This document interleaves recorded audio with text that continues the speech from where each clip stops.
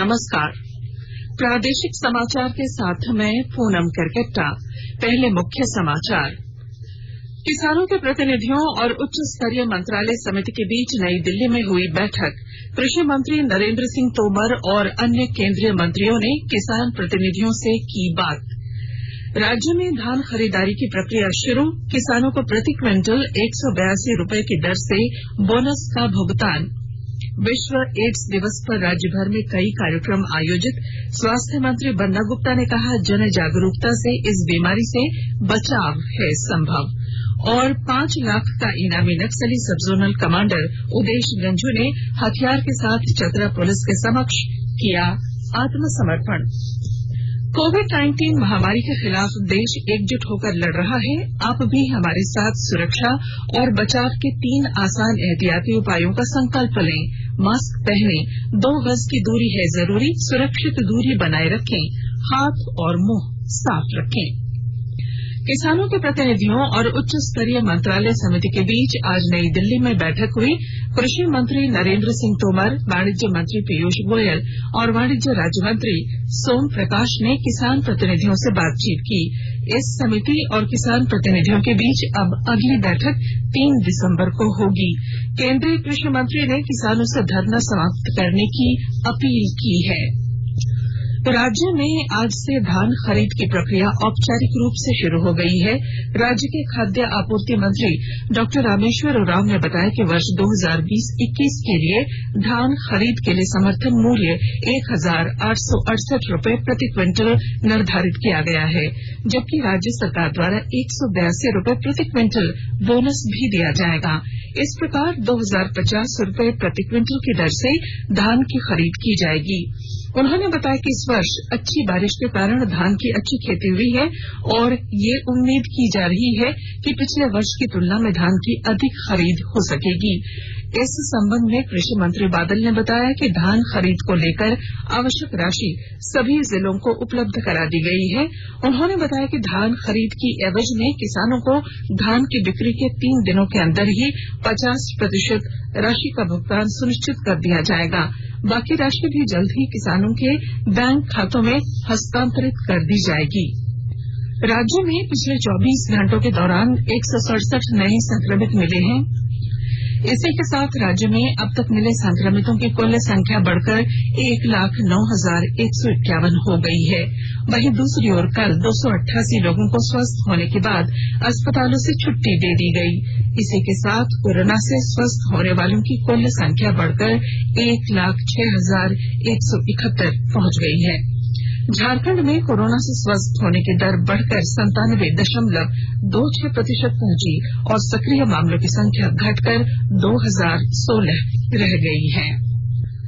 पश्चिमी सिंहभूम जिले के उपायुक्त अरवा राजकमल ने कोरोना काल में स्कूल बंद रहने के घर में रह रहे बच्चों के लिए डिजिटल माध्यम से पढ़ाई की समुचित व्यवस्था का निर्देश दिया है।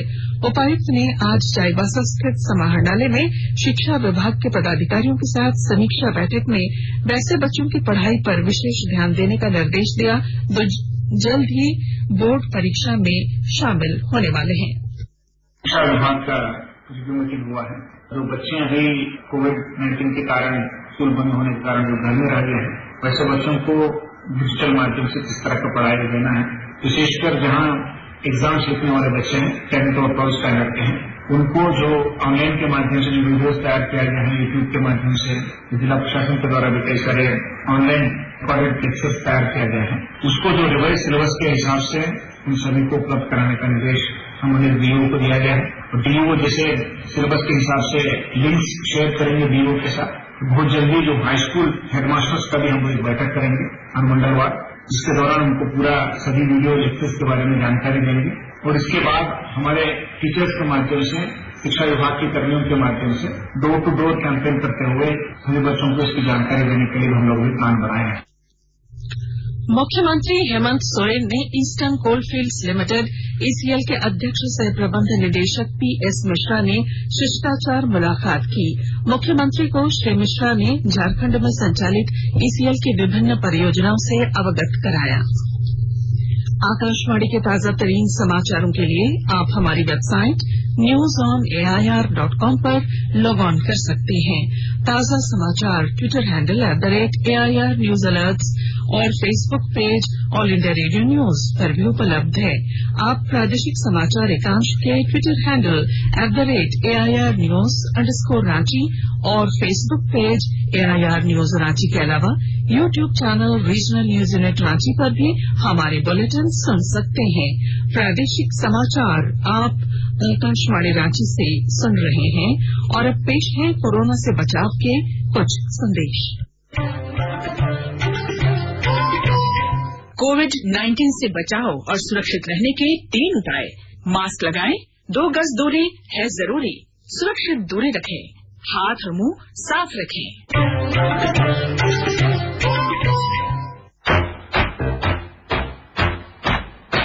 चलो मिलकर एक शुरुआत करें, चलो एक फैसला आज करें, मास्क नहीं तो टोकेंगे, कोरोना को रोकेंगे, चलो इरादा करते हैं, चलो इरादा करते हैं, मास्क नहीं तो टोकेंगे, कोरोना को रोकेंगे।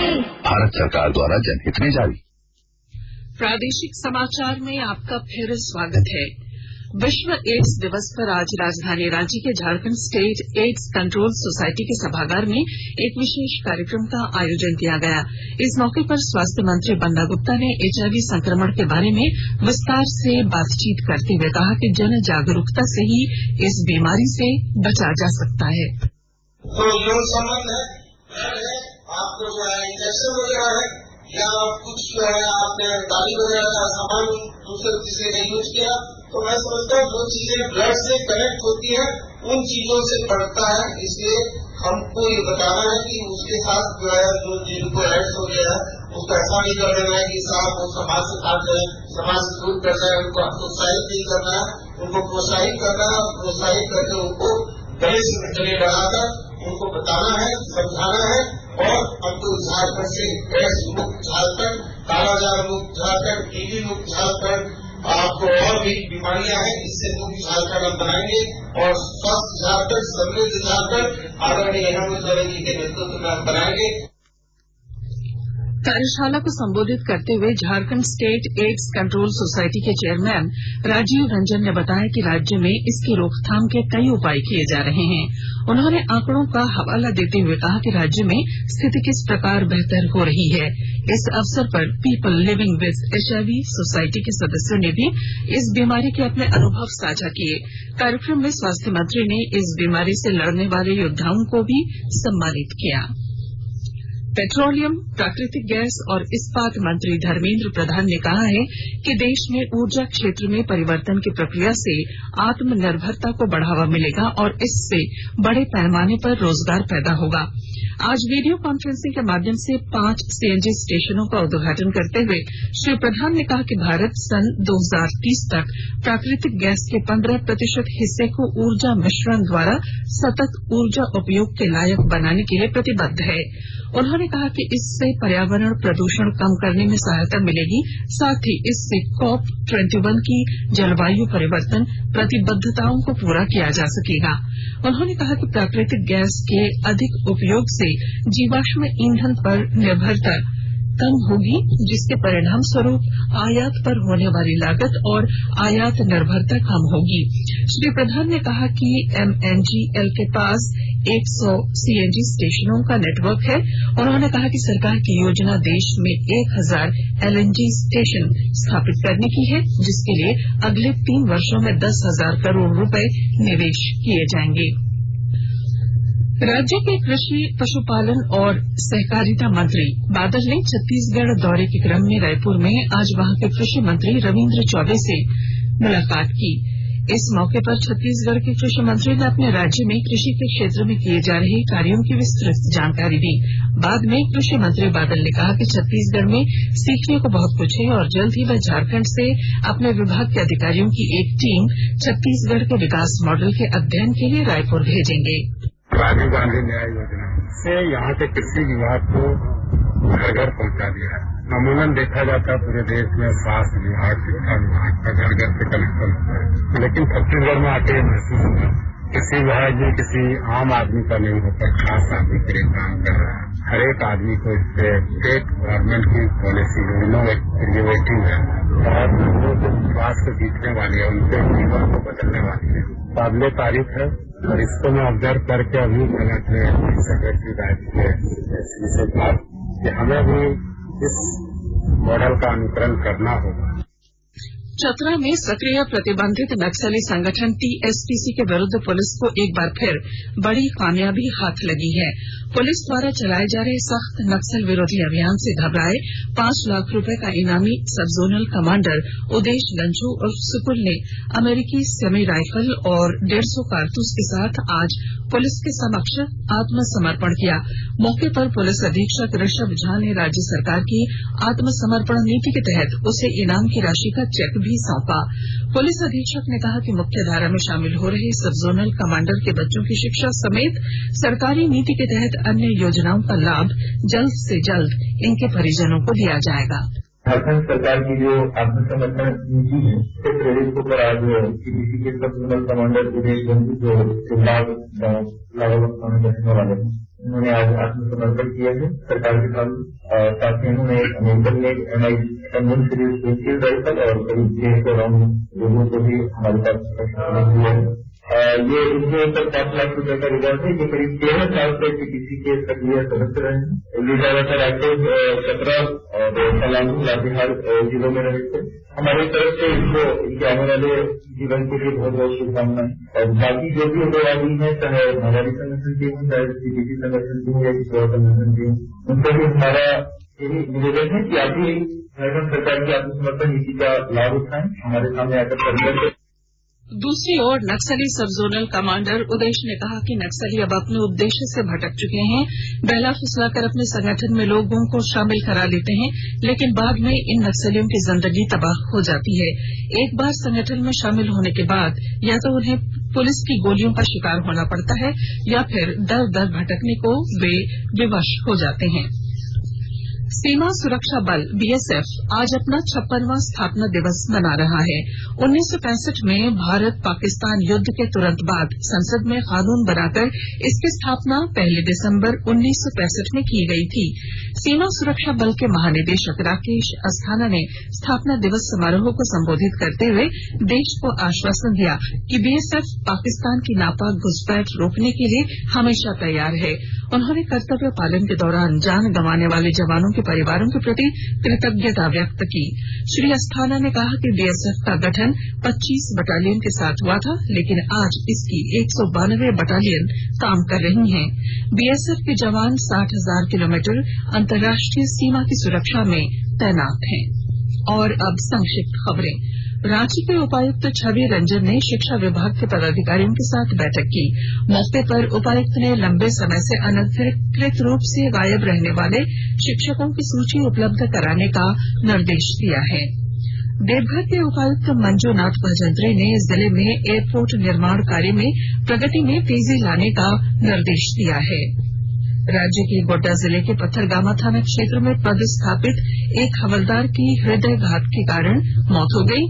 मृतक हवलदार बिहार के मुजफ्फरपुर जिले के कोढ़नी थाना क्षेत्र का रहने वाला था। और अब बुलेटिन के आखिर में मुख्य समाचार एक बार फिर। किसानों के प्रतिनिधियों और उच्च स्तरीय मंत्रालय समिति के बीच नई दिल्ली में हुई बैठक। कृषि मंत्री नरेंद्र सिंह तोमर और अन्य केंद्रीय मंत्रियों ने किसान प्रतिनिधियों से बातचीत की।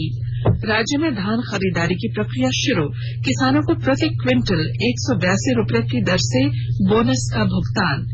विश्व एड्स दिवस पर राज्य भर में कई कार्यक्रम आयोजित। स्वास्थ्य मंत्री बन्ना गुप्ता ने कहा, जन जागरूकता से इस बीमारी से बचाव है संभव।